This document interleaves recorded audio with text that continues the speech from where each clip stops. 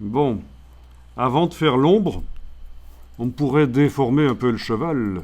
C'est-à-dire que quand on prend soi-même une photo de quelque chose ou de quelqu'un, ou quand on trouve une photo,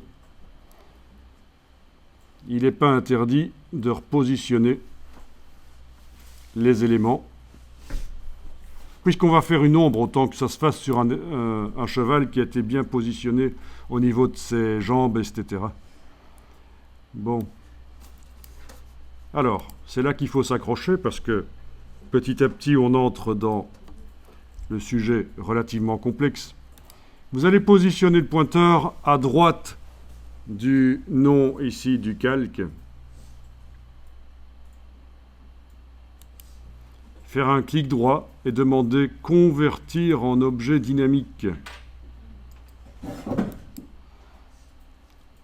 Du coup, l'image du cheval et le masque sont allés dans un calque spécial qu'on appelle un objet dynamique.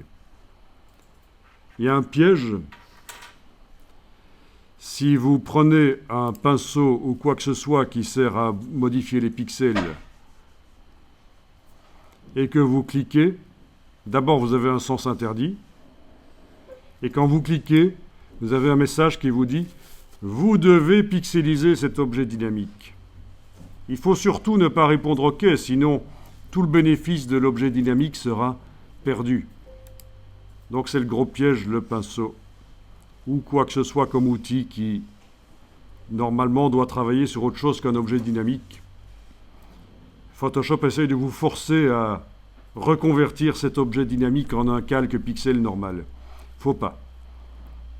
Alors, sur cet objet dynamique, on va aller mettre une marionnette. Donc, menu édition, déformation de la marionnette.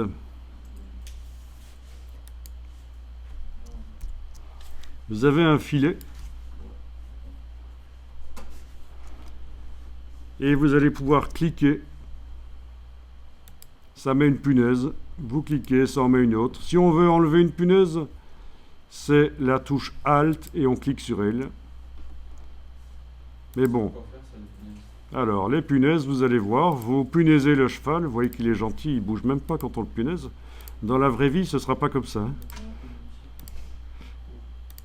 Vous mettez différentes punaises pour attacher le cheval, un peu comme si vous aviez un cheval en caoutchouc, dans la vraie vie, un cheval plat en caoutchouc, et vous le punaisez à une table pour pouvoir le déformer facilement. Voilà, une fois que c'est punaisé, vous allez pouvoir essayer de bouger. Alors, vous voyez que c'est pas facile, parce que il faut parfois mettre une troisième punaise pour que il rattrape une tête un peu normale, en fait. Vous décidez du nombre de punaises que vous mettez. Aux articulations aussi, si vous voulez. Et donc ça permet d'améliorer la photo, en quelque sorte, éventuellement. Ça permet d'améliorer la photo en repositionnant un peu des éléments.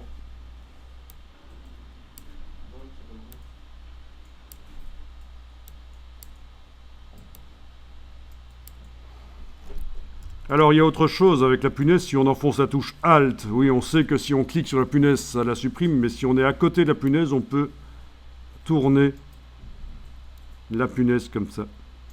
Et ça peut aider. Donc j'enfonce aucune touche, je clique, touche Alt, je teste pour voir tourner.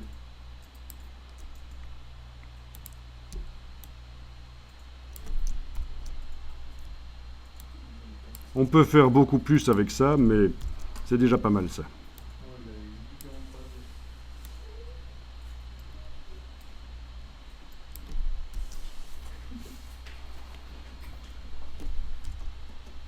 On peut s'en servir aussi pour épaissir ou affiner une silhouette.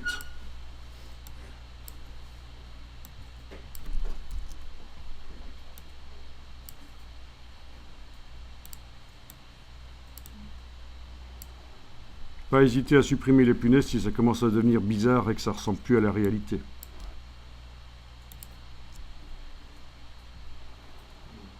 Alors, Quand vous avez un peu repositionné le cheval, vous validez avec le petit V.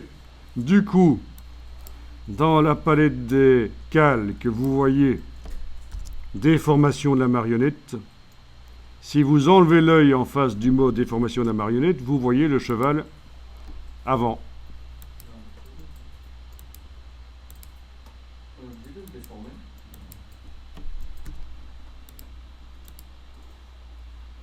Donc, si vous n'êtes pas content de la déformation,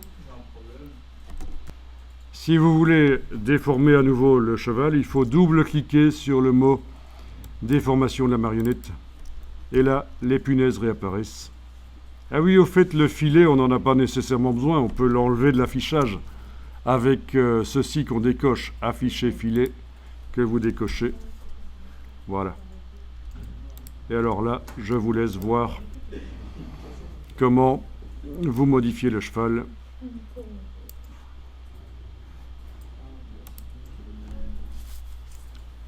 Donc, la marionnette, on n'est pas obligé de la faire sur un objet dynamique.